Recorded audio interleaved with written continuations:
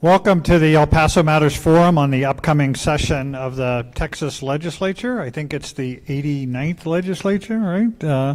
I'm Bob Moore, the founder and CEO of El Paso Matters, which is our community's nonprofit, nonpartisan news organizations. And for those of you here with us at El Paso Community College, you'll see on the screens here a bunch of QR codes during the evening.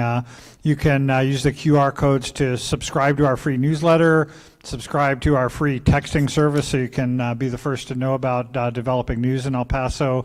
And then my personal favorite, the QR code that will allow you to donate and help make sure we can continue to do this important work. We're here tonight thanks to the sponsorship of the Paso del Norte Health Foundation. Tracy Yellen is here from the foundation tonight. Tracy, thank you very much. El Paso Community College is once again an invaluable partner in one of our events. We've been doing these events here in this facility for a little more than a year now. And Dr. William Serrata, the president of the community college, is with us here tonight too. So thank you very much, Dr. Serrata, for all your support. At the end of the 1981 session of the Texas Legislature, Representative Craig Washington of Houston had this observation. It's been a good session because we haven't passed a lot of bad bills. No man's life, liberty, or property is safe when the Texas Legislature is in session. So the best thing that we'll do for the people is adjourn tonight at midnight. That may be a familiar sentiment for the El Paso lawmakers who are joining us here this evening to talk about the session that begins next week. Sometimes the job of a lawmaker is to try to pass good legislation that benefits our community. Sometimes it's to fight to make sure that bad legislation that might hurt our community doesn't pass. And I think we'll talk about both of those kinds of bills today.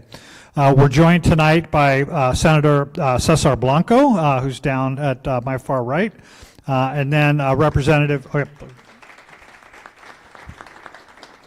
Representative Mary Gonzalez to my immediate right. Representative Joe Moody to my left. And then the newest member of El Paso's legislative delegation, Representative Vincent Perez.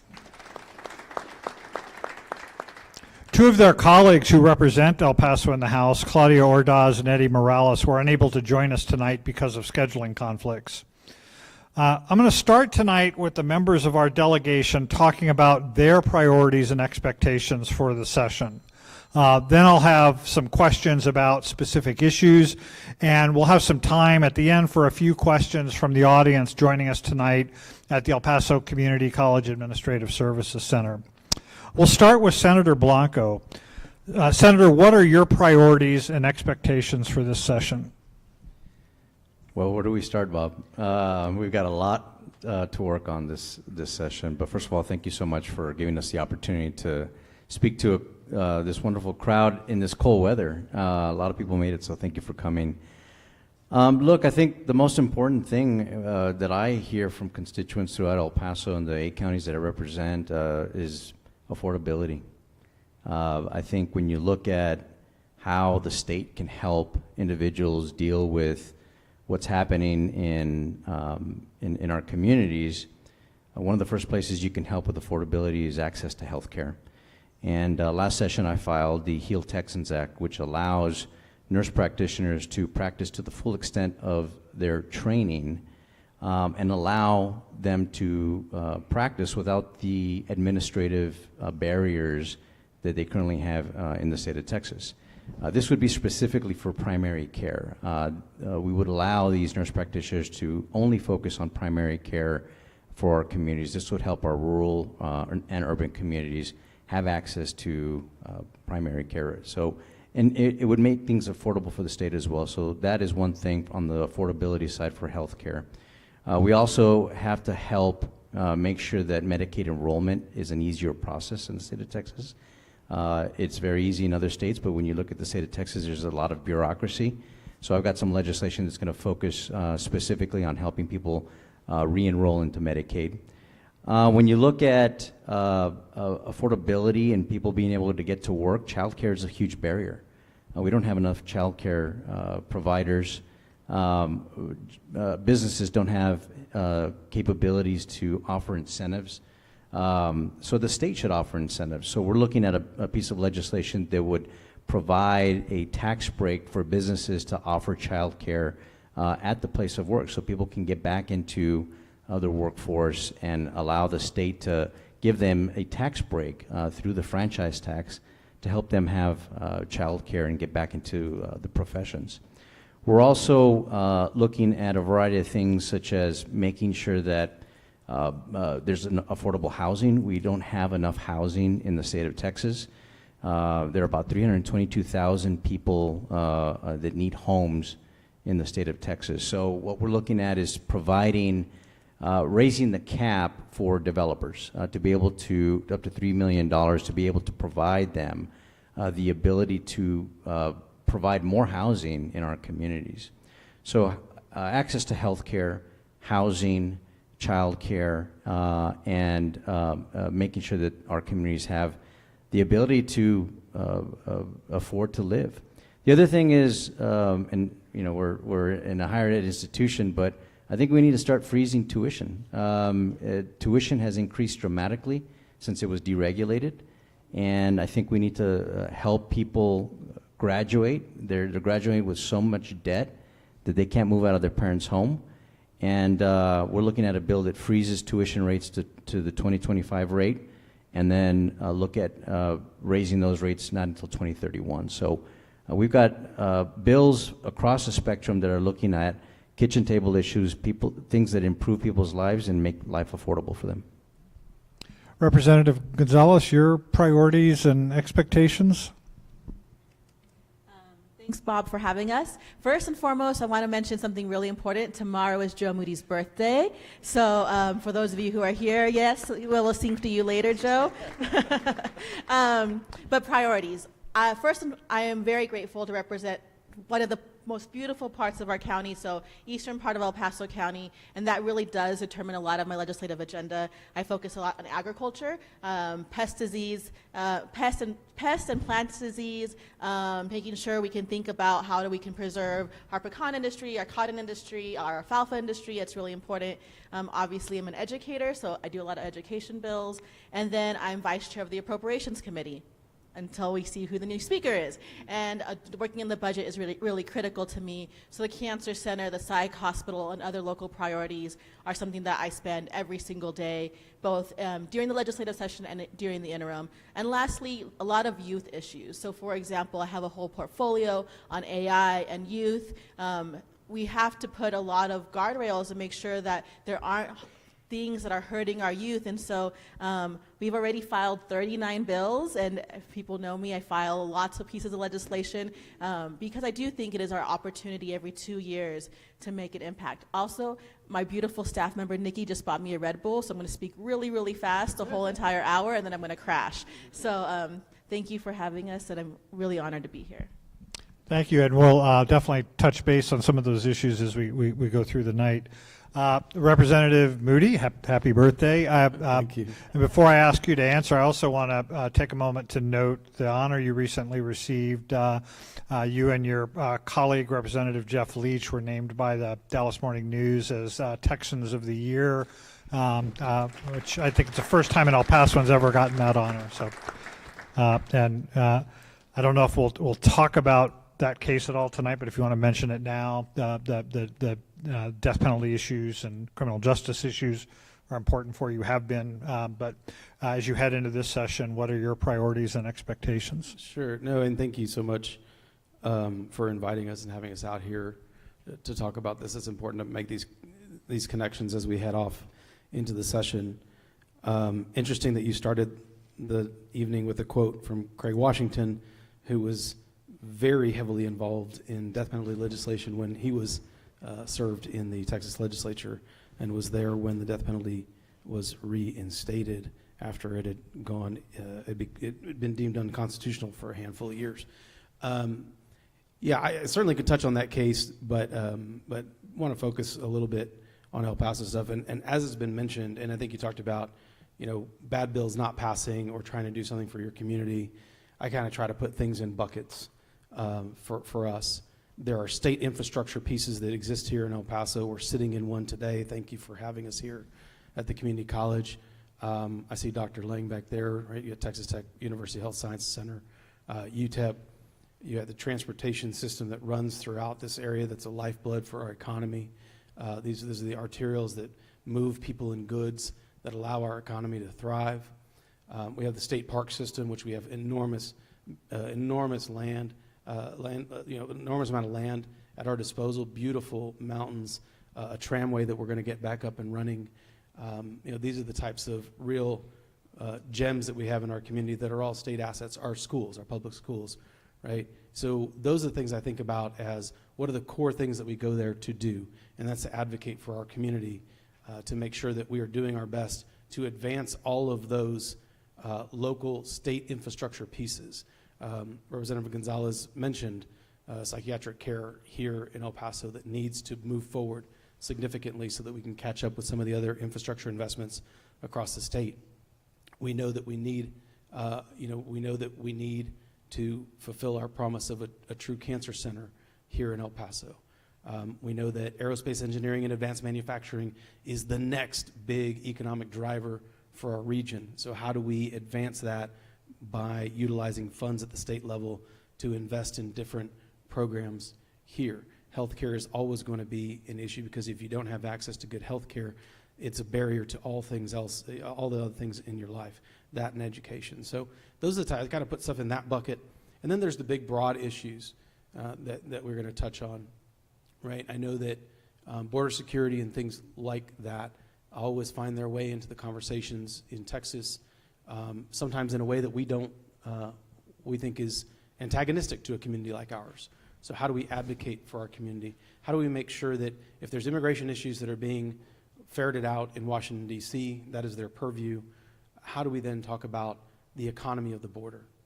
How do we talk about the fact that we have tens of thousands of people that live here in El Paso that cross over into Juarez daily to work and vice versa, right? How do we continue to have that vibrant, binational environment that really allows this community to thrive? And by the way, it is not just El Paso that thrives because of our binational environment. It is the entire state of Texas that thrives because of it. So how do we foster that in light of maybe some of the rhetoric that really flies in the face of what we know to be true about the border and the beauty of the border and the opportunity of the border? And so that's kind of sits in those bigger buckets of how do we advocate generally for these bigger, broader issues. And then me personally, just, you know, I do spend a significant amount of my time working on criminal justice reform. And I think the reason that I've been drawn to that, not just because I've been a prosecutor and a criminal defense lawyer, but also because I've sat with victims of crime, also because I've sat on death row with individuals who are there that shouldn't be there, that I've sat with men, mostly black men, who have been convicted of crimes that they didn't commit and have been exonerated. And so what I think about why I think it is important to focus on an issue like the criminal justice system is it says a lot about what our society is. It is where we determine what we think is right and wrong, and it is where fairness must be paramount for everybody that walks into any courtroom, no matter where they are in Texas.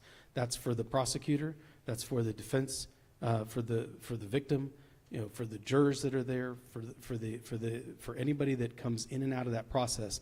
That system should be fair, and so that's why we've been able to really work on a bipartisan basis in that space. And that's where I do spend a lot of my personal time working on those issues, because I think it's a core value and really speaks to who we are as a society.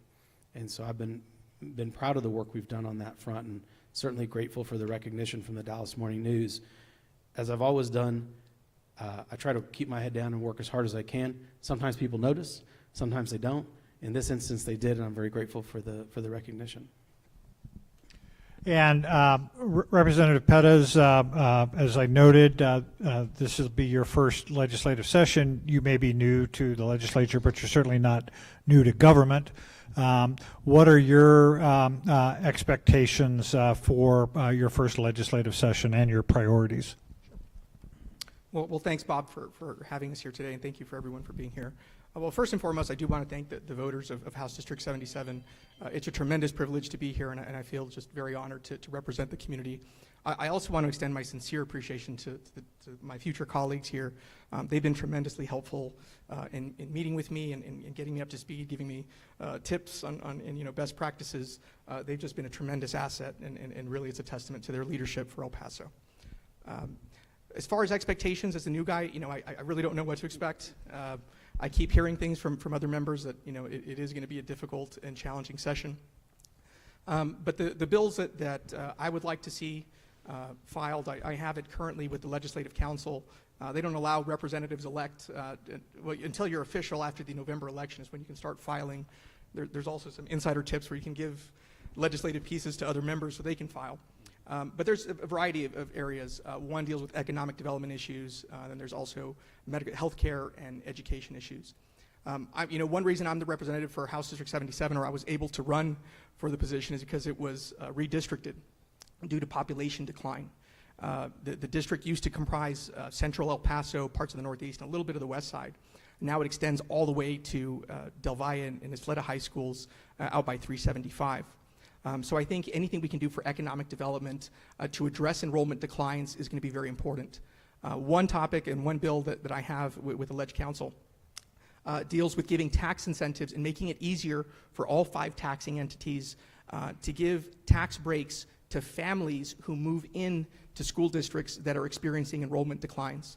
Our community isn't really growing a lot, but a lot of new families are moving further east and further west because they want the new homes with the new amenities.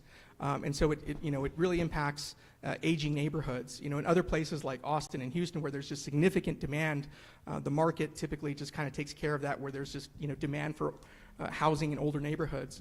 But we don't really have that here in El Paso.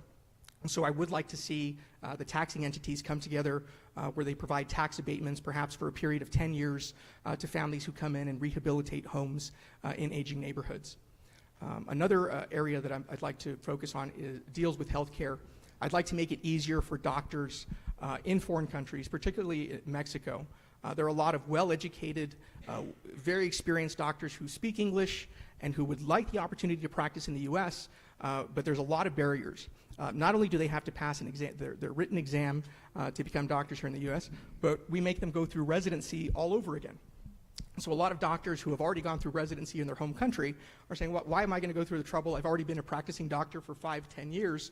Why am I going to go through residency all over again in the United States? Number one, we just don't have enough residency spots to accommodate these doctors. But two, it's just duplicative. And believe it or not, Tennessee and Massachusetts have taken the lead in this, and they have already reduced those barriers to address doctor shortages in their communities, and that's something I'd like to see in Texas, and I'd like El Paso to take the lead on that type of legislation. Third, I would like to see some additional funding come to school districts who are doing innovative things. One thing that we've seen that's really successful here in El Paso is that when 8th graders are put into Algebra 1, they are better prepared for high school and they're better prepared for college. And so I'd like us to get away from the traditional accountability rating and give incentives to school districts to put more students in 8th grade Algebra 1. And I'd also like to see more teachers certified to teach dual credit. El Paso leads the nation when it comes to the number of students who are graduating with associate's degrees, not just in Texas, but the entire nation. Just in Socorro District alone, we have over 600 or 700 students a year who are graduating with associate's degrees. Actually, an individual who I hired to be my legislative director is a graduate of an early college. He got more than 60 hours credit while in high school, and he only did about a year and a half at UTEP. He's a super sharp guy.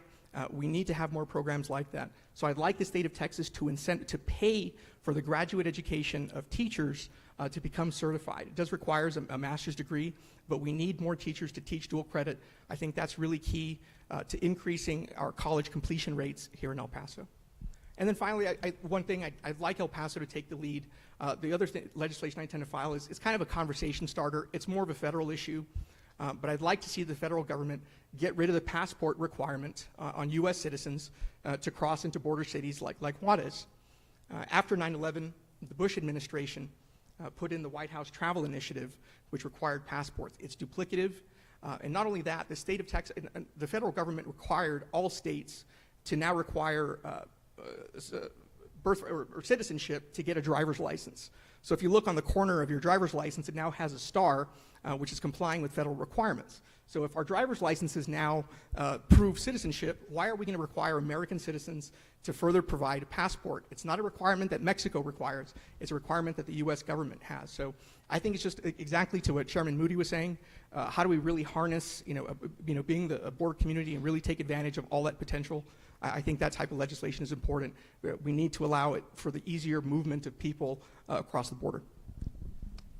I'll start asking some questions of the delegation, and everybody should feel free to chime in. I'll go through and pick somebody to answer first. You don't think everything's been said that needs to be said, don't need to answer, and hopefully we can get through quite a few topics here. Most of what I'm going to ask about has already been mentioned here, and I want to take some time to go into more depth. And so the first issue I want to explore, and Representative Gonzalez, I'm going to ask you first because this touches on your role in appropriations. Hopefully you will be back on the committee. That's been an important role for El Paso.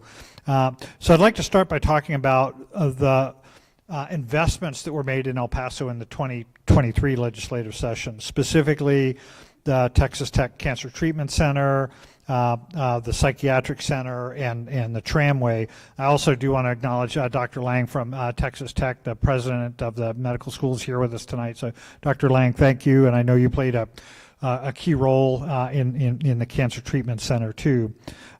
So the expectation when those appropriations were made in 2023 was that there would be some follow-on funding. So talk about what you expect to see in 2025, and I would ask all of you to think about what you would tell the community that we need to do to make sure that the follow-on funding does come through, and that El Paso gets the resources it needs to really provide the level of services that our community needs. Thank you, Bob. You know, being Vice Chair of Appropriations has been a transformative leadership position, not only for myself personally, but for the community as a whole. And the delegation has been really great about like working together to identify what does our community need. So you're right. Everything that we got last session, whether it's money for the Cancer Center, the psych hospital, the tramway, all were parts of continued investments, or the beginning of continued investments. What makes me a little bit anxious, and Vince kind of alluded to this, it's going to be a difficult session. There's going to be a new speaker. There's 32 new members. That's a significant percentage of the House. Just a lot of new energy, and so a lot of people won't know what it means for El Paso to have a cancer center or a psych hospital, or the importance of the tramway. And so, and educating people very quickly is gonna be an uphill battle, and that's why I'm really glad that we have such wonderful people who will talk about El Paso. But I guess if you're asking what constituents should be doing, or people from our community, I always think, I love when you call my office. I love when you send me emails. But if I could also direct you, I would also say, whoever the new speaker is, make sure they hear you. Whoever the lieutenant governor, well, we know who the lieutenant governor is. The lieutenant governor, make sure he hears you, because we're already fighting for these things. But they need to hear from you too, so it's not just the people on this stage saying these things are important. So if I could do one thing, I would say, contact the leadership, the governor, lieutenant governor, and the speaker of the House, and say why this particular issue is important to you. I think that one thing that I do want to say that never gets mentioned, but I'm super proud of, is I think Waco Tanks is a hidden gem in El Paso County, and we got $5 million for a visitor center there. And so if y'all haven't been to Waco Tanks, please go visit it. But I guess what I'm grateful for is El Paso is finally getting all the things it should have had 20 years ago. We should have not had a cancer center 20 years ago. How many people in our community didn't get access to health care because a simple facility didn't exist? And so I'm glad we're getting it now. I'm glad the delegation that was in place last session made sure it happened, and I'm glad that the delegation we have now will continue to make that happen. I think it's, and I don't want to speak for my colleagues, but knowing their hearts, I know it's something that's extremely important to them. But I will say, everything that happens next session is going to be an uphill battle, just because of all the new energy that's going to be in the space. Senator Representative Gonzalez was talking a lot about the changes in the House that complicate things. The changes in the Senate aren't as dramatic, but just the passage of 2 years shifts priorities for people sometimes, and agreements that maybe have been made 2 years ago, people suddenly forget. So what's the lay of the land in the Senate on some of these key appropriations for El Paso? So I think one of the good things about the Senate right now is their continuity. The budget starts on our side this session, so it's a good thing that there's not a lot of change in the Senate, especially with our chair of the finance, Joan Huffman, who I've worked with very closely, and Mary works with her very closely as well. But that's the positive thing here, is that they're aware of our projects. They know that this is initial funding. They know we're going to come back for more funding. We've had those conversations with them throughout the interim, so they're very familiar with our projects, the Cancer Center, the Psych Center, Weiler, DPS, headquarters, a variety of different projects, Waco Tanks. The good thing about the Senate is there's stability right now, and there's not a huge learning curve. So we're excited at the opportunity to go take another bite at that apple. We do have to get more funding based on need for the Psych Center, more funding for the Cancer Center, because we want to make sure that it's a comprehensive cancer center. And we've got great gems here in our community with UMC, the partnership with Texas Tech. We've got to leverage great resources here in our community, and people are aware of that in the Senate. And people are aware of that in the House. But as Mary said, there are going to be some new folks coming in, a new speaker, and there's going to be an education process. So I feel strongly and confident about our position as a delegation. I think all of our members here on this stage work very closely across the aisle Our focus is less about politics and more about bringing home the bacon for our community. And when you look at what our delegation has brought home compared to other delegations, which are far larger than ours, we punch way above our weight. And really excited to work with this team. Representative Moody, any additional thoughts? Just a thought to add to this, because there are synergies between state and local government that are important with a lot of these projects. In fact, so I want to thank you, the voters of El Paso, who passed the hospital bond that is going to help the infrastructure around the cancer center. And so when we say El Paso has skin in the game, they voted to increase their tax rate by a small margin to invest in that facility. So we can go to the people in Austin, they go, what are y'all doing over there? Well, we did it. We put our skin in the game. We're ready. And that's what they always look for. There's a state component to it, but they don't carry 100% of the tab. They want to know what are the local government doing? What are they looking into? And we know that we have a new city council that is going to look at the nuts and bolts of government and what they need to do to make sure that the core functions of government work for us locally. But they're also going to look at the bigger items, the dream big items. And can they figure out creative ways to layer on top of the Weiler project or other things that we're doing? And so those are the things I think you can do at a local level, and you have already done some of that at a local level to help buoy the things that we do at the State House. So I want to say thank you for doing that, and for those leaders who stepped up to put those initiatives out. That's not easy to do. It's politically precarious at times. And so these are the things that we can do together, working at a local and a state level, to bring all those things in line, because it makes it so much easier to argue down in Austin that El Paso deserves X because we've already put our money in at the local level. And so I want to say thank you for that. Representative Pettis? The only thing that I'll add is, the Chairman is right that the community has made a lot of significant investments when it comes to health care.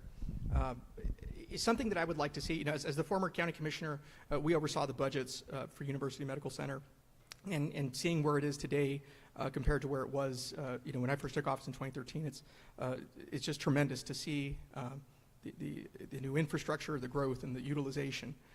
Something that I have brought up to UMC, Ruben is here in the audience, so he's already heard me say this. El Paso has the highest number of Medicaid patients of the 5 largest hospital districts in Texas. But when it comes to the number of Medicaid patients who are being treated, it's not, there are other hospitals that are treating significantly more Medicaid patients. And that's something that if we're going to make these additional investments, with the cancer center, we need to ensure that the most vulnerable in our community are fully taking advantage of these assets. And one question that I posed to UMC was one of my very first votes, and actually Tracy knows this, it was how contentious it was as county commissioner, was to build the clinics on the east side and the west side and northeast and central. And it was a 3-2 vote. It was very contentious, but I'm super proud that we have these assets now in our community. But something that I posed to UMC was, well, it's been 10 years now since I took that vote, more than 10 years. Are we seeing better outcomes that we told the community that we were going to deliver back then? Are more people seeing the doctor? Are more people getting preventative care? So I would like us, just the community, to ensure that we're making progress on that front well, that as we're building these new assets and we're building these new facilities, we need to ensure that the most vulnerable in our community are fully taking advantage of it and also utilizing it and benefiting from it. Representative Moody, I want to throw this next question to you first, and you mentioned border security as a topic that always comes up in the state legislature. And I want to focus on something that happened earlier this week. The El Paso County Attorney's Office gave a presentation to Commissioners Court about high-speed pursuits of suspected migrant smugglers by Texas Department of Public Safety troopers in El Paso. The report that the county attorney issued found that these pursuits, on average, are happening daily in El Paso, and half of those pursuits reach speeds of more than 100 miles per hour, and many of them are going through sensitive areas, like by neighborhoods, by churches, through parking lots. People have been killed and injured in these pursuits. The report said that DPS has standards for pursuits that are far more flexible than best practices used by other law enforcement, and much more flexible than the pursuit policies of our local law enforcement and the Border Patrol. One of the things that the county attorney and the commissioner's court said they need help on is from the legislative delegation in having conversations with DPS. And Representative Moody, what can we do as a community? First of all, do you think this is a significant issue? And if so, what should we be doing as a community to talk with DPS, talk with the leadership of the state to try to bring a little bit more safety to the roads of El Paso? Well, absolutely. It's a safety issue, and it's one that's relatively new for us, as we've seen an increased presence of DPS in and along the border. And, you know, the effect of it can be seen. I mean, we know, every day, there's probably not anybody here that hasn't seen one of these chases go by them, or you know someone that's seen it go by them. And that just increases danger for everybody involved. And if we're not using best practices, then we need to know why. And I know Senator Blanco has asked those questions of the agency. We all have drilled down into that. And if we're not using best practices, then we need to evaluate why we're not doing that and probably shift to best practices. It's ultimately going to end up in more tragedy. That's just by the sheer volume of it. You're going to have more accidents, which means you're going to have more injuries and ultimately more fatalities. That really should be an unacceptable result. And so, yes, we do have to advocate. You have a new director at DPS, so you have new administration, new leadership, new opportunity for new conversations. And so I think that we've already started earnestly having those conversations. And my hope is that, you know, with a new administration in D.C. and maybe new leadership on the federal side, we can see those jobs, those tasks being housed with the federal government, which is where we've always said they need to be housed. The state doesn't need to be involved in these interactions. And my hope is that there is some sort of collaborative effort to do that so that we can reduce these dangerous situations in our community. And I think going back to what Representative Moody said earlier about synergy with local governments and the state delegation, this is a great example. I want to thank the county attorney for doing so much work on this, because we have this. I know that, well, Vince just got elected, but the senator, myself, and Joe have talked to DPS and have raised concerns for multiple months now that this is problematic and asked them to use different practices. And it's been a really difficult conversation. And so I think with more data and a coalitional effort to change what's happening, it'll only make our voices stronger. When I travel across the country, it just baffles me on the conversation of border security. Where I live in San Elizario is literally my house, and then like right there is a border wall. All of us represent border communities. Us specifically want the border to be safe. We want our community to be safe, our families to be safe. So I'm bewildered when people think like, well, you're just saying this because you're from there. I'm like, exactly. I'm saying this because I'm from there, and I want our community. And so I want to dispel the myths.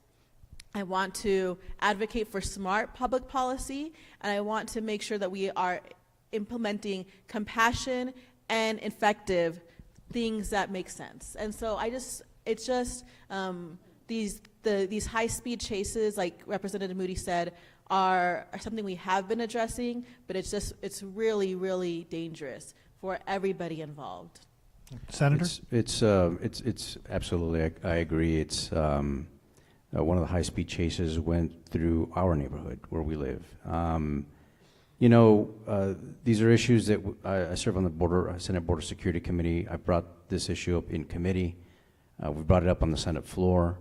I've had one-on-one conversations with Colonel McCraw about this.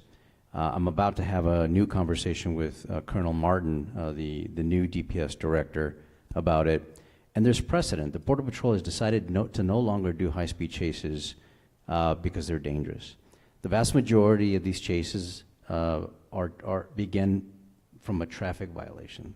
And the vast majority of these folks that are fleeing are young men, 25 or younger. Their brains are probably not developed as well yet, so they're making poor decisions. I think the troopers need training and a policy that balances public safety with law enforcement.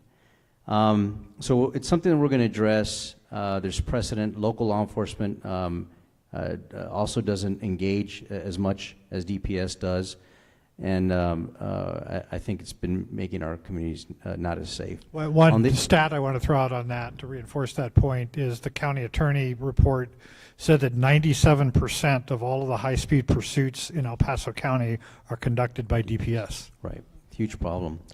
The other side of border security, just transitioning to what the state has done, we've spent $11 billion on border security.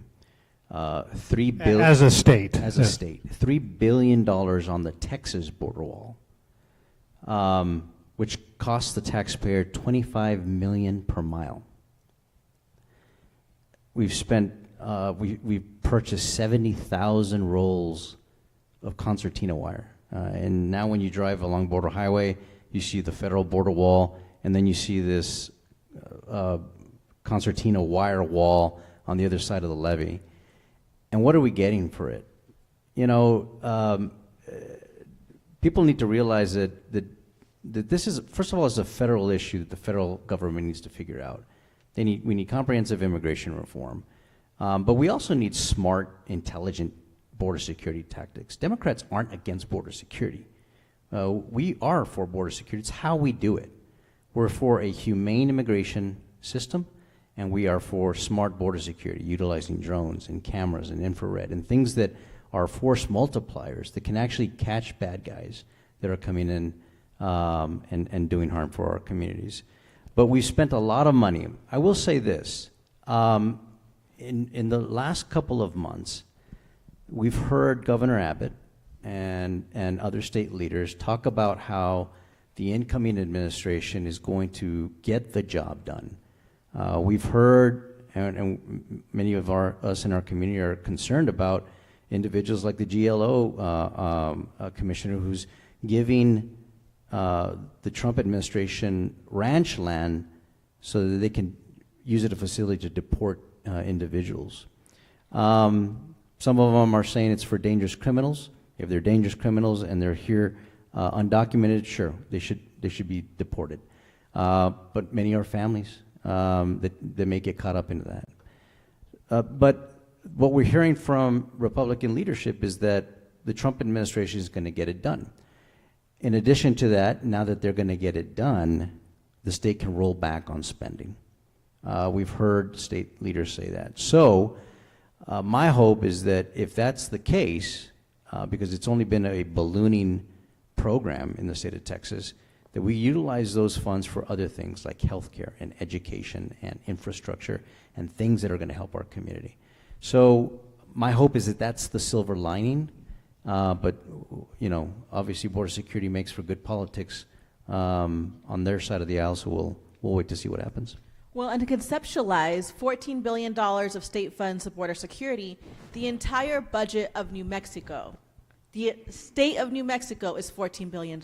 We are spending the entire budget of another state on just border security. And again, imagine right now when we're in a teacher crisis, when we have healthcare access issues, when we have all these things, imagine what $14 billion, we're not talking little bit of money, we're talking a significant amount of money could be utilized for. And so it's just outrageous. I want to switch the conversation now to education, which is obviously going to be a dominant topic in the upcoming session. And Representative Pettis, I want to go first to you. You've talked a little bit about some creative ideas, I think, to help our local education system.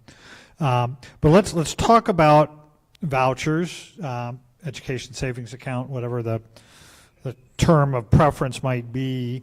The governor in the last session basically tried to push through the voucher proposals, didn't get anywhere. One of the casualties was any increase in state funding. But what what's the lay of the land with vouchers in this session? Do you think it's going to pass, or is there a way to still stop it? And what impact would education savings accounts or vouchers have in El Paso, which has, compared to other areas in Texas, a much smaller private school infrastructure? Yeah. I mean, I think some of the sitting reps could probably give better perspective on, whether they think vouchers are going to pass. I certainly hope they don't. Vouchers are a tremendously bad deal for El Paso. I mean, just for one reason, and one reason Republicans were opposed to this, particularly in rural communities, was that we just don't have the private school infrastructure. So when Republicans talk about school choice or giving folks school choice, I mean, we have, Cathedral in Loretto, but, they can only accommodate so many students. I mean, realistically, how much more choice are kids from Bowie, Jefferson, Bel Air, Riverside going to have under a voucher system? So what's going to happen, I mean, I do think this is just a big tax giveaway to corporations and a big tax subsidy for folks who are already in private school. What you're going to see is a lot of corporate schools pop up, these fly-by-night schools that are going to coincidentally charge the same tuition that the state of Texas is giving folks. And you're going to have all these random schools that are going to have very low standards, low accountability. I mean, really, it's going to be the equivalent of these technical colleges, that you're going to have now in the elementary and high school level. And I think it's a very scary proposition when we talk about academic preparedness here in El Paso. But we just don't have the private school infrastructure. The other thing is it's just tremendously expensive. There are Republicans right now.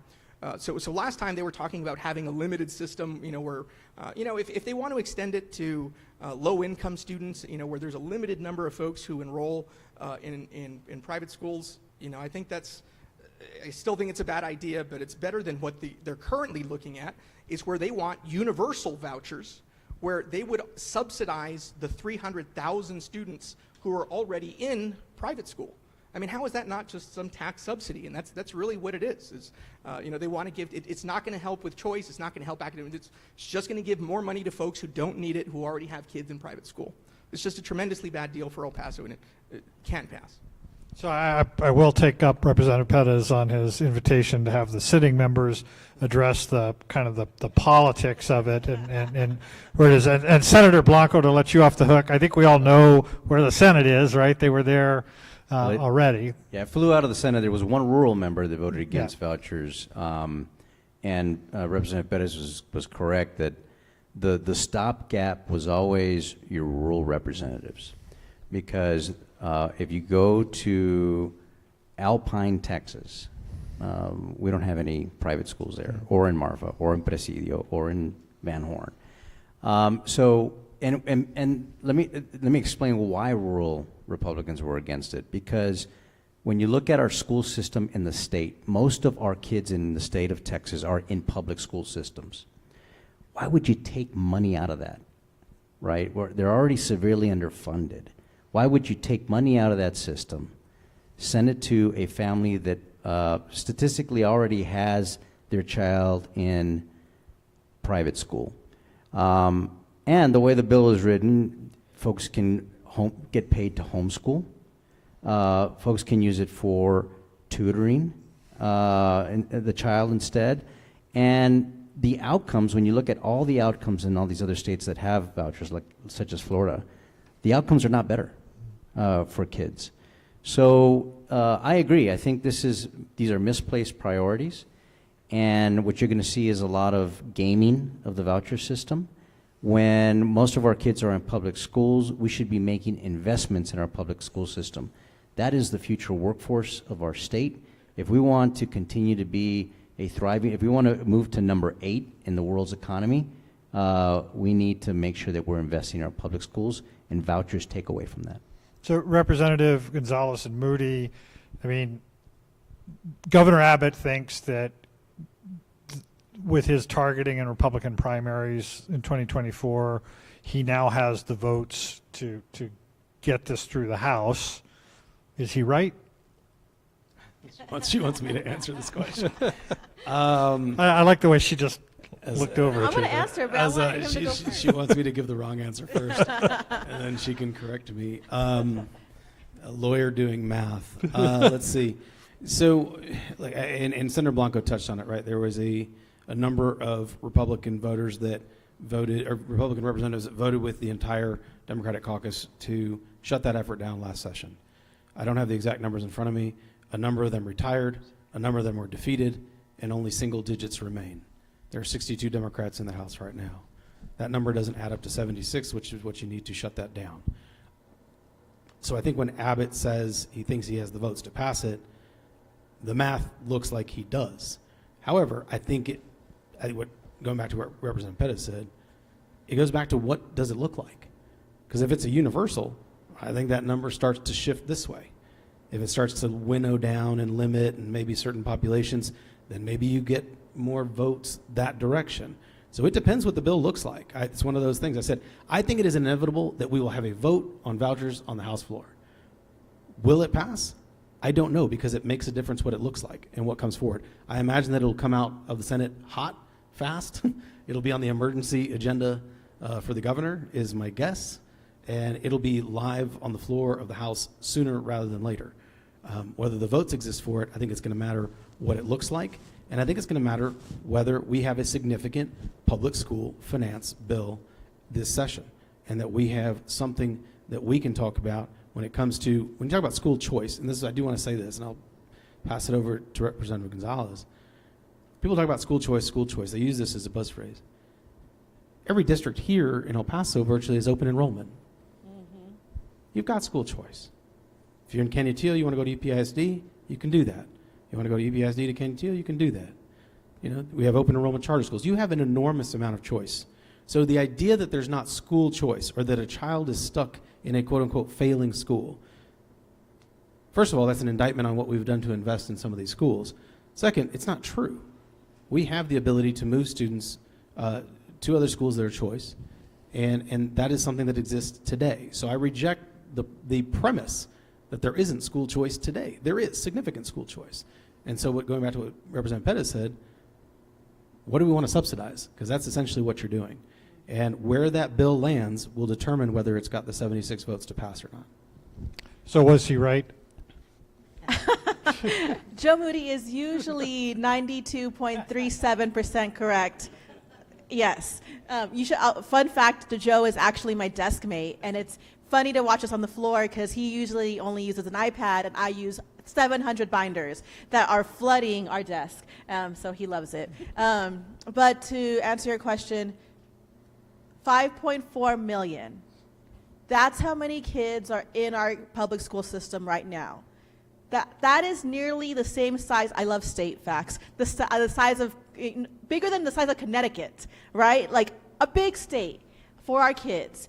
And we did them a disservice because the voucher conversation took up all the oxygen in the room, that we didn't talk about the teacher crisis or the learning gap post-COVID, or the fact that we are having students struggle in higher education systems, and all of these things. And so, you know, I'm with Joe that the numbers are less than what we should have if we want to not pass vouchers. But the fact of the matter is that the number one thing that happened last session, I think will repeat itself, is a House will vote on it, and maybe we do pass something. Will the lieutenant governor think that's far enough? Will the governor think that's far enough? Or are we all just going to be in a stalemate because the leadership can't agree on what vouchers or education savings accounts looks like? And I hope that everybody speaks up. I mean, the senator gave an example of Florida, but look at Arizona. It is devastating, their budget. When we here in El Paso know more than anybody that we need to have those resources from the state. And so for the sake of the 5.4 million kids, I want this conversation to kind of end. I want the votes to, I need us to focus on the lives of these young people, because we have very serious education issues to address. So, Senator, one last word from you, and then I want to ask a follow-up on that. Yeah, one of the things related to education that's come up recently is talking about enrollment versus daily attendance. That's going to be an interesting conversation because many people have been advocating for enrollment. It's easier for school districts to budget. And just to clarify, right now, the state's funding is based on average daily attendance rather than the number of students who are enrolled. Right. If kids are sick, they're out of the school, the state doesn't give the school money for that kid that's out for that day. Whereas in enrollment, when kids enroll at the beginning of the year, the school district knows exactly what the state's going to give them for that school year. Easier to budget, makes things a lot more efficient. We are like one of 5 states that has attendance standards rather than enrollment. And as big as the state we are, we should move. California currently has the same as we do, but it's something that we need to change. But that's been a percolating conversation recently, so we'll see how that changes the debate and discussion. I would imagine for a lot of rural communities, enrollment is going to be key, and quite frankly, that may give a lot of political cover to Republicans to vote for it if it's in that bill. But it's something to keep an eye on because it's percolating. So the last question I want to ask, sticking with education, and then we'll open it up to the audience, and we'll probably run a little bit long if that's okay with everybody, so we can get a couple audience questions in. And this ties in with what Senator Blanco was saying, and the kind of the broader issue for El Paso is our school districts are struggling financially for a variety of reasons. But one of the reasons is that the state has not increased its basic allotment for students since 2019, and I think there's been some inflation in there. I've heard a little bit of talk about that over time. So, and the additional funding got held up in 2023 in the voucher fight. So what does the future of school funding look like for our public schools in El Paso? And Representative Gonzalez, with your appropriations background and your education passion, I want to have you start us on this conversation. Senator Blanco outlined one potential idea, funding via enrollment rather than attendance. How do you think this is going to play out? I'll start with one thing. Right now, in the budget, there is about $4.8 billion that still exists that was not spent in this biennium for our schools.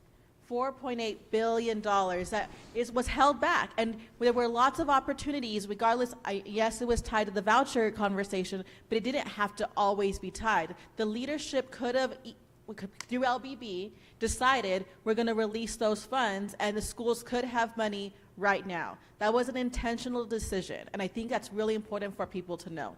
But if I were to redo the finance formula, there's obviously lots of things I would do, but the top 3 things I would do is add an inflationary factor, so that no matter if the legislature decides to increase the basic allotment, it's already being adjusted for inflation. Number 2, the enrollment component, and then number 3 is to address the weights. So right now there's a $2 billion deficit for special education because we underfund that. So what happens when you underfund special education, the schools don't stop educating kids with disabilities, right?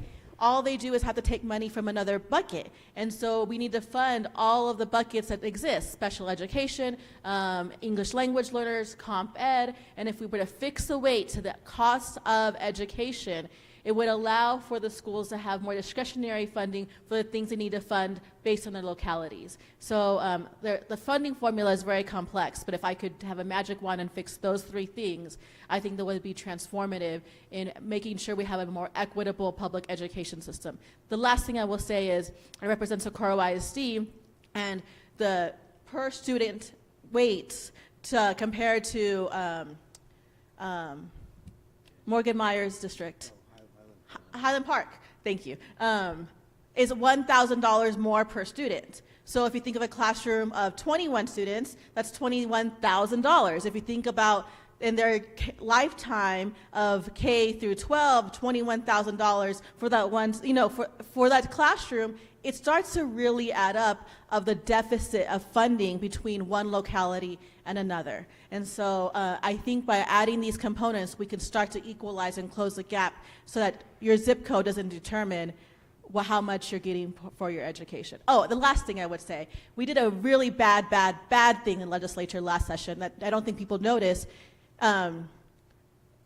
It used to be against the law for tax rate not to be equivalent. Now, tax effort doesn't have to match. So if Highland Park only taxes at 1% and or penny, and we are taxing at 8 pennies, but we're still not getting this is really wonky. But the whole point is we changed the law where tax effort doesn't have to match, and that means that other school districts who have higher incomes can have a lower tax rate and still not it not be counted against them, and that's really dangerous for our future. So that's money that can't be shared with lower wealth districts then. So all those things I would change. Representative Moody, thoughts on school funding? And I think one of the other challenges I throw out to the panel. You want me to follow Dr. Gonzalez? No, so I'm actually going to allow you on to the specifics pivot. of education policy.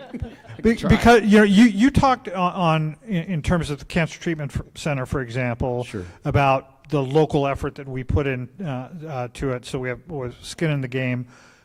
Are there things that local school districts can be doing? Because some of the financial problems are self-inflicted at the local level too.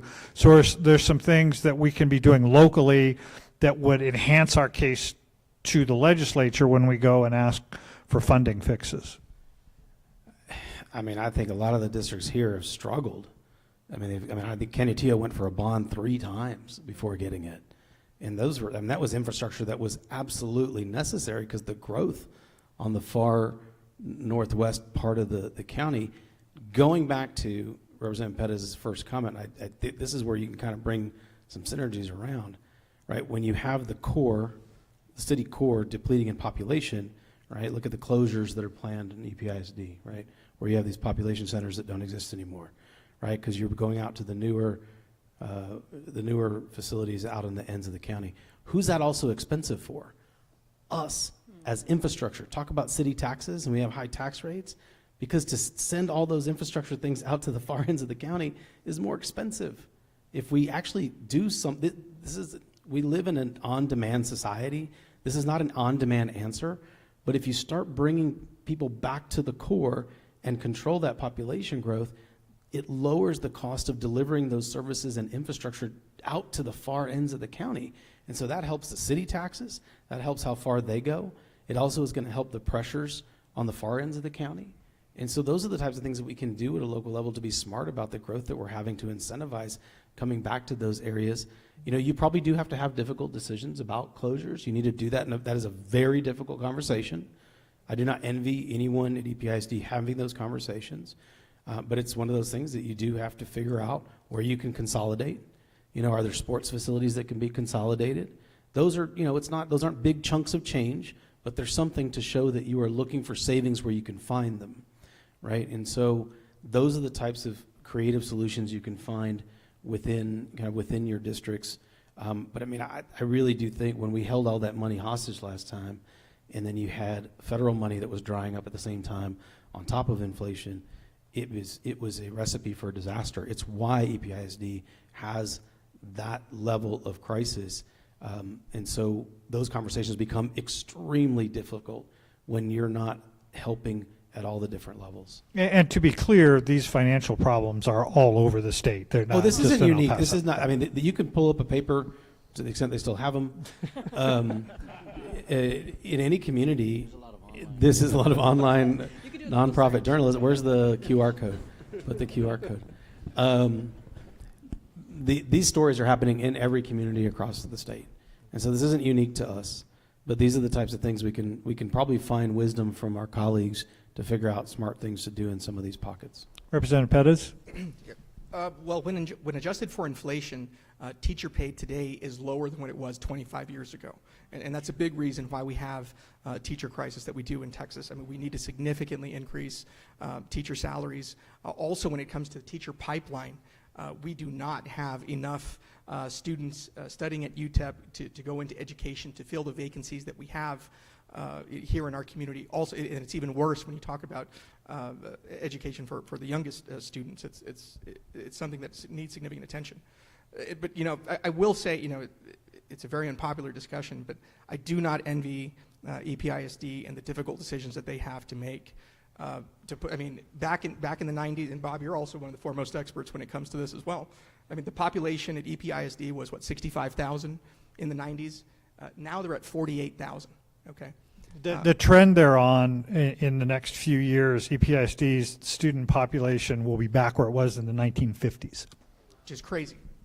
But here's a stat for you all.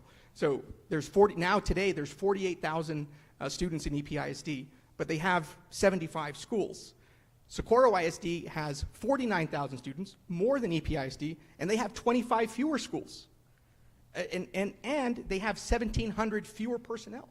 It's not easy to have these discussions, you know, when you've had a school district like EPISD and then experience rapid, decline because, El Paso is just not growing at the rate at other Texas communities. But that's something that, and not only, I mean, here they are closing elementary schools. I mean, but, we're super passionate about our high schools. Heaven forbid we have a conversation to close down one of our high schools. That's coming. But the reason we haven't had that conversation is just the community does not want to close down. And look, I'm a proud Bel Air High School graduate, but the neighborhoods are changing, and if we're going to do our students justice to make sure that when these folks here are fighting for more education funding in Austin, we can't have it going to fund a lot of empty seats and a lot of high maintenance costs for a lot of these aging facilities. We need to make sure that our districts are right sized to meet the challenges of today. I graduated from Eastwood, so closing Bel Air is not a problem. I graduated from Clint, go Lions, and we're fine. So. Since we're doing that, Viva la Cate. I will remind Senator Blanco that your district includes Bel Air, so be careful. I think we'll open it to the audience for questions. And my colleague Bill Pitchcolin has the microphone. If you just raise your hand, I think we have time for probably about 3 questions. So, and I'd invite the panel to try to be as brief on the answers as we can while answering completely, obviously, so that we can get through a few questions. Go ahead, Bill. Good evening. My name is Marcy Chavez. And my question, I'm going to put, which I have a lot of questions, but I'm going to put it in one. And it all relates to each party up there. And my question is that I take notes, I listen, I go to all meetings. I don't do part Democrats or Republicans or whoever, whatever. I don't take titles.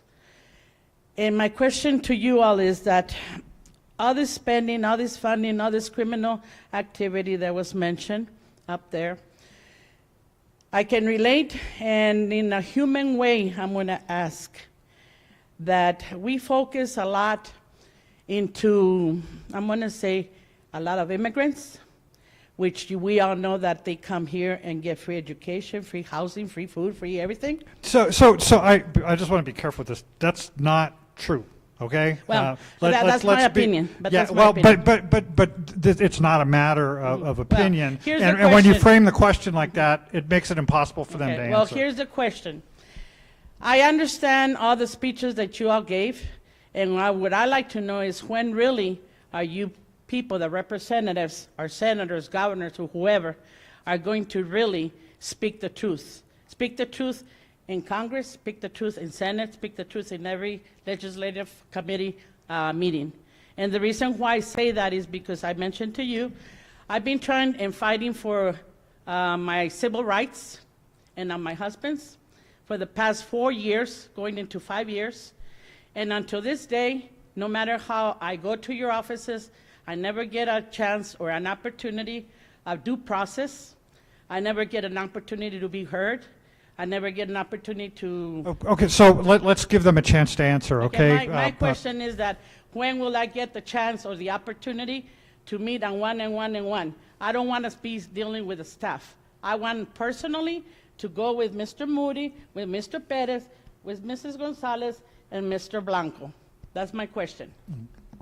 So let's talk about constituent relations. It is probably the most important part of your job, right? So how do people reach you and connect you in a meaningful way that it's not, an intermediary? And obviously, none of you have time to meet with 860,000 El Pasoans, but let's What advice would you give to a constituent? So one of the, and thank you for bringing that up. One of the most important fundamental things of representation is hearing from our constituents. And you all help us understand what's important for our communities.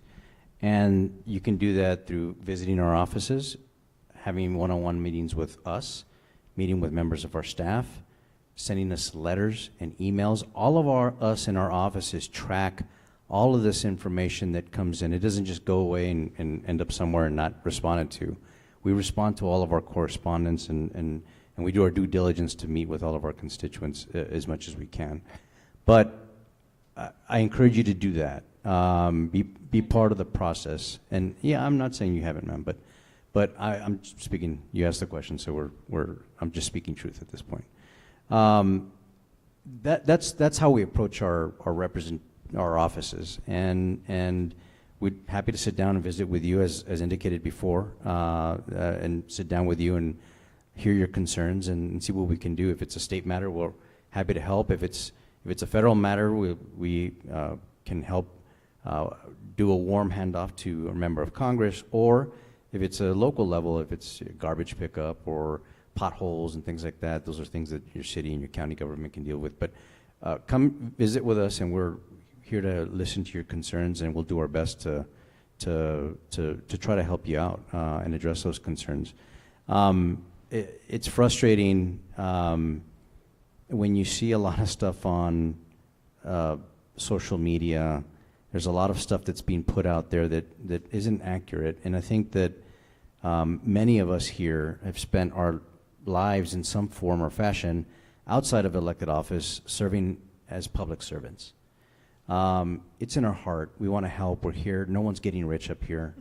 In fact, most of us have taken financial hits to do this because we love and serve our community. So we're here to help, and we encourage you to continue to reach out. And I'm happy to- $7,200 a year doesn't go as far as it used to, right? Not at all. Well, and I think that's what I was going to add.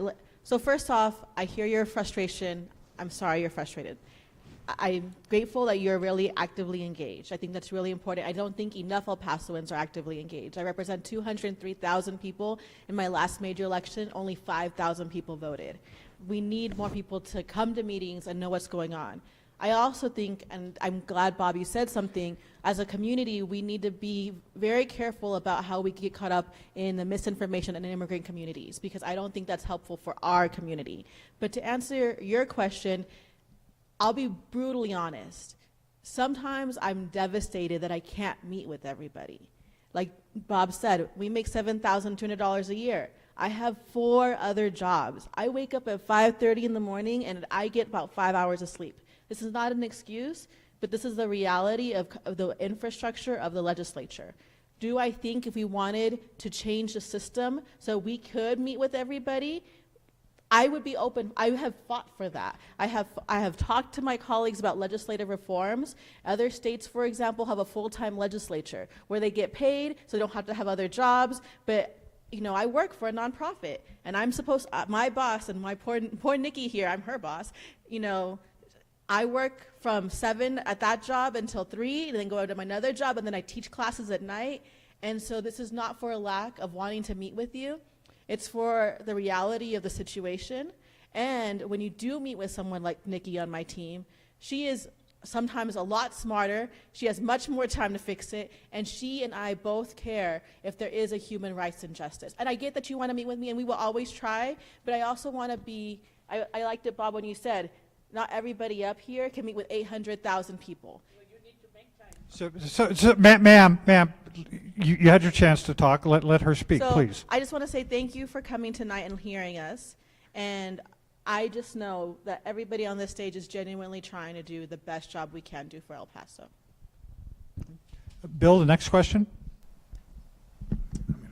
Oh, good evening, everyone. God bless everyone, and Happy New Year's. My name is Dave Garcia. I represent the Disabled American Veterans Department of Texas Benefits Protection Team. I'm the team leader for 57 chapters, over 63,000 members of the Disabled American Veterans.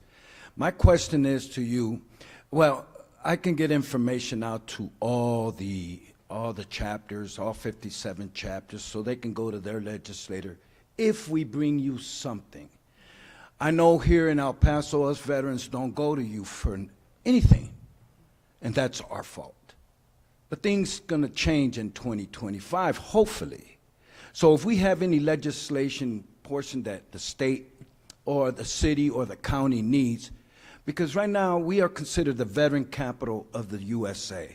And right now we have gaps that need to be filled. And it can be filled at the state level to help the county or the city, even education and everything, or the other agencies that are part of it.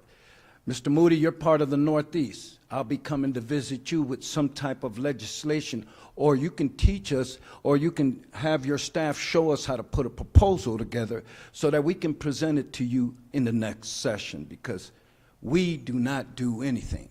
So now times are going to change. I already spoke to Senator Blanco, and he knows we haven't given you any priorities, any. That's our fault. So now I want to thank you for your HB 1557 that you co-sponsor. See, we review these things. I look at all you legislators, what you do for our veteran community. If you do nothing, we'll call you out, or we'll go to you and work with you. Or if he can support a bill, so can you, Mr. Perez and Ms. Gonzalez. Got to help our senator. Senator's part of the Veteran House Committee. So we keep track of that. So my question is to you. Please, we come to you for help. Show us how to do a proposal so that it can be taken up to the House and you guys can pass it on, and we can help you. When you have something for the veteran community that needs support, we can send it out to the whole state of Texas. First of all, thank you for your service, and I appreciate you raising that. This is a wonderful example of what we can do collaboratively, and we've done it in certain pockets. I know that in the Senate, they have all sorts of resources. They can do so much more than we can do. we can do only so much in the House. Because he covers so much more territory, he's got a lot more staff at his disposal. But it would be wonderful, and I think some people have done this in the past, is to get community groups together to do workshops. Let's think about that. Let's think about what the issues are. Veteran issues, used to be, if you represent Northeast, that kind of needs to be your bailiwick. You need to work on veterans issues. But veterans live all over this community. You said this is a veterans capital of America. Our veteran population is a thriving part of our community, and that means our veterans are business owners. They're small business owners. Let's figure out ways, and the state has done a lot to give grants and incentives to open businesses. Particularly, there was a lot of focus after OEF, OIF with young veterans coming back to make sure that, first of all, they had the health care they needed for them and their family, that if they were having to move from community to community, they were able to integrate to their schools properly, right? So we are understanding the difficulties that their children are going to have moving from school to school. And what are we doing for those who are older? We have passed, tax abatements for disabled veterans, for their spouses to carry on after their veteran spouse passes away. Those are the types of things that we have done in the past, but it doesn't mean that those things are over. So I invite that conversation, and let's do a roundtable. And it's something that I think we could all do collaboratively, because there is a significant veteran population in every one of these areas in El Paso County. And I think I'll commit to that right now, that we need to have, and I'll let the senator lead as a service member, because I don't want to usurp his authority, but let's convene a group of veteran organizations and let's talk about the ideas, and let's tell you what it's like to draft a bill, advocate for a bill, figure out how that process works, and let's do that. I think that's educating folks on how this process works, so there's no mystery here. There's no mystery. We actually know what it looks like. I think that's a fantastic idea. So thank you for bringing it up. I just want to add, it's not as complicated as people may think. So we passed a we passed a bill to address veteran suicide last session, and I was really proud of that bill that we passed. But really, it came from a Sanelli veteran who just came to me and said, "It's so hard to get the resources needed when I'm having a moment." And so we heard him. And it just was one conversation, and we followed up and told them the bill passed, but it didn't even, I guess my point is sometimes it just takes having coffee and hearing your problem and then figuring it out. And it doesn't always have to be like, you have to do this, this, and this. I think it's just coming together to figure out what needs to be done. But I do want to say, I'm really lucky. I live in San Elizario also. San Eli is known for being a veteran hub, and you know, we've done so much, whether it's the suicide prevention bill, we increased $5 million to the Veterans Commission to do more outreach. We increased the K9 for Warriors program for veterans with PTSD. So we've done so much, and we're really excited about what we have done, but we are always eager to do more and grateful for your leadership and your service. Just very quickly, Warren, thank you so much for bringing that up. The thing about vets is it's not in our DNA to ask for anything, right? But let me flip it on you. And this is what you're doing right now as a retired warrant, right? Like, it's our duty to look out for the other vets, right? Those that really need the help, that won't ask for it. We as vets have to ask for it for them. So we're happy to work with you all. This delegation stands ready. We've always been very strong supporters of veterans, and we stand by to help. I think we have time for one more question. Bill, you want to have the gentleman give us his question? Hi, good afternoon. My name is Josue Rodriguez with El Paso Desert Adapt, and I just have a couple quick questions, actually. One of them would be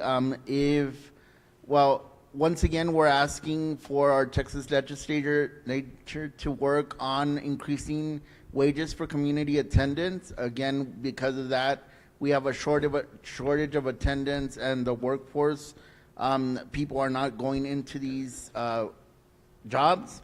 The other thing that we want to request is that if it is proposed to for block grants on Medicaid or Medicare or any other funding sources, to please oppose any block grants that would impede or lessen the type of services that people with disabilities will be getting. And somebody up there mentioned promoting more funding or expanding on building housing. And we just want to suggest that you implement the visitability part of housing, which makes housing accessible not only for the person with a disability, but for the entire community, and where people can actually age in place. So those are a couple of the things that we would like to request from this coming legislature. Thank you, Josue. They're all great suggestions. So I'll just say, Josue, thank you to Adapt for all of your leadership and all of your advocacy. You're there every single session. I love meeting with all of your team, so thank you first. Second of all, I filed the bill last session to increase community attendant wages, as my sister has disabilities, and so I recognize how important the attendants are. I am glad that we were able to increase the attendant wages a little bit. I am devastated it's still not a living wage. So just so you all know, community attendants help so many people in our state who need additional support to live a life. And so they are underpaid at a wage that is not humane, and so a lot of us have been advocating for that, but continue to put your pressure, and like we've talked about in our meetings, I encourage you to put a lot of pressure on the state leadership, because we need them to be partners in this advocacy. So thank you. Representative Blvd, we were here a couple of months ago talking about that issue specifically with the developmental disability community, and Renee is here from Emergence, and I know this is an issue they've been working on. So any hope on that front, especially with the developmental disability community? Yeah, I mean, I think what's happened in the last, about the last 4 sessions is the focus on the IDD community has amplified. It used to be you had to fight to get that issue into the conversation. Now we've gotten to a point where we start the session and that community is already part of the discussion. We are starting from a better place than we've ever started for. And to Mary's point, we need to go further, right? We can get some things, but we need to go further. The fact that the community and the advocates that represent the community have put themselves in the center of the conversation every session is a strong starting point. I'll also echo Mary's comments about ADAPT. It's an organization that has been wonderful to work with for my entire time in the legislature. The lessons I have learned from ADAPT are invaluable. They help me advocate because I understand what the needs of the community are. And so I think we've elevated the issue in general so that we don't have to fight to just get the issue into the conversation. It starts in the conversation, and then we just need to figure out how to push from there. That'll conclude us tonight. I want to thank our panel for hanging around an extra half hour. It's been really great. Senator Blanco, Representative Gonzalez, Representative Moody, Representative Pettis, thank you very much.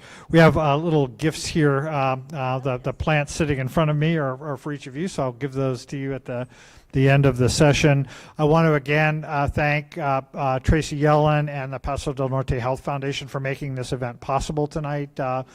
Thank you so much. Dr. Serrata, thank you again for hosting us. We've had a number of these events here. The community college is such a tremendous asset for the community and a really great partner to so many of us in the community.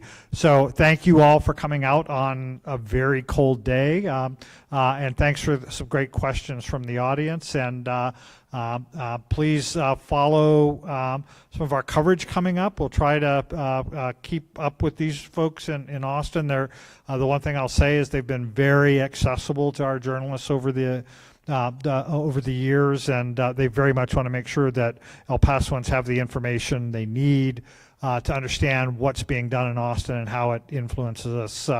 500 miles away, but the decisions are going to be made over the next 4 or 5 months. We won't talk about any special sessions yet, right? They're going to impact us. So, and you've heard just a taste tonight of some of the issues these folks will be tackling that will really impact all of us. So thank you all for coming out tonight, and have a happy new year. And again, thanks. Please, one more round of applause for our panel.